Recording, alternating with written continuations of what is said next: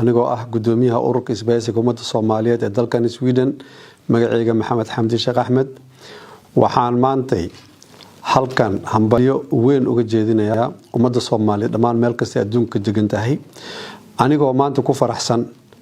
talaabadii ay qaadeen baarlamaanka dalka Soomaaliya qaasatan xukuumadda Soomaaliyeed iyo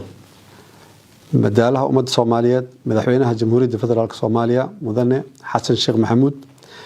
waxaan maanta anagoo ajaalida Soomaaliyeed ee Sweden garab taaganahay heshiiskii oo aan taageerayna oo aan aad iyo aad ugu faraxsanahay heshiiskii maanta baarlamaanka ansixiyay labadiisa aqal iyo xukuumadaba aha in badda Soomaaliyeed iyo dhulka Soomaaliyeed badii bariba ay u taageen difaacidiisa kaasoo ah mid muqaddas ah oo lama taabtaan ah marka waxaan soo dhaweynaynaa hadaan ajaalida Soomaaliyeed dalkan Sweden heshiiskaas dhexmaray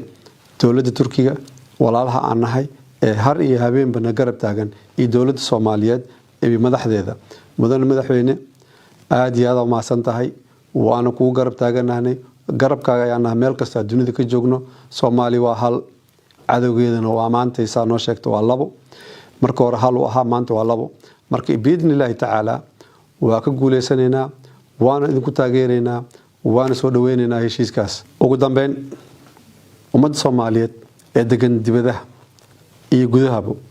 waxaan ka codsanaynaa hadaan ajaalida dalkan Sweden in aad wax alla wixii karaamkiina wax alla wixii awoodiina aad soo geysaan difaacida dalka iyo dadka iyo deegaanka Soomaaliyeed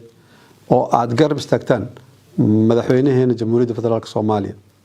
maanta waa maalin Soomaali aysan u kala harin waa maalin midnimada ay ku tahay waa maalin aan isqabqabsi muran iyo aan lahaynin